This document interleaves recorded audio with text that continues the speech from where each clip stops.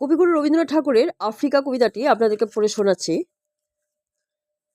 উদ্ভ্রান্ত সে আদিম যুগে স্রষ্টা যখন নিজের প্রতি অসন্তোষে নতুন সৃষ্টিকে বারবার করছিলেন বিধ্বস্ত, তার সেই অধৈর্যে ঘন ঘন মাথা নাড়ার দিনে রুদ্র সমুদ্রের বাহু প্রাচী ধরিত্রীর বুকের থেকে ছিনিয়ে নিয়ে গেল তোমাকে আফ্রিকা।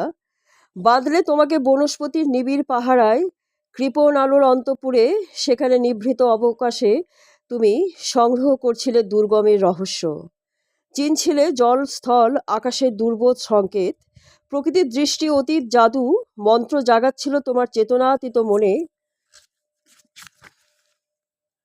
বিদ্রূপ করছিলে ভীষণকে, বিরূপের ছদ্মবেশে শঙ্কাকে চাচ্ছিলে হার মানাতে। আপনাকে উগ্র করে বিভীষিকার প্রচণ্ড মহিমায় তাণ্ডবের দুন্দুভিনা ইনাদে হায় ছায়াবৃতা কালো ঘোমটার নিচে অপরিচিত ছিল তোমার মানব রূপ উপেক্ষার আবিল দৃষ্টিতে। এলো ওরা লোহার হাতকড়ি নিয়ে, নখ যাদের তীক্ষ্ণ তোমার নেকড়ের চেয়ে। এলো মানুষ ধরার দল, গর্বে যারা অন্ধ তোমার সূর্যহারা অরণ্যের চেয়ে। সভ্যের বর্বর লোভ লগ্ন করল আপন নির্লজ্জ অমানুষতা তোমার ভাষাহীন ক্রন্দনে বাষ্পাকুল অরণ্যপথে। পঙ্কিল হলো ধূলি তোমার রক্তে অশ্রুতে মিশে, দস্যু পায়ের কাঁটা মারা জুতোর তলায় বিভৎস কাদার পিণ্ড। চিরচিহ্ন দিয়ে গেল তোমার অপমানিত ইতিহাসে। সমুদ্র পারে সেই মুহূর্তেই তাদের পাড়ায় পাড়ায় মন্দিরে বাজছিল পুজোর ঘণ্টা।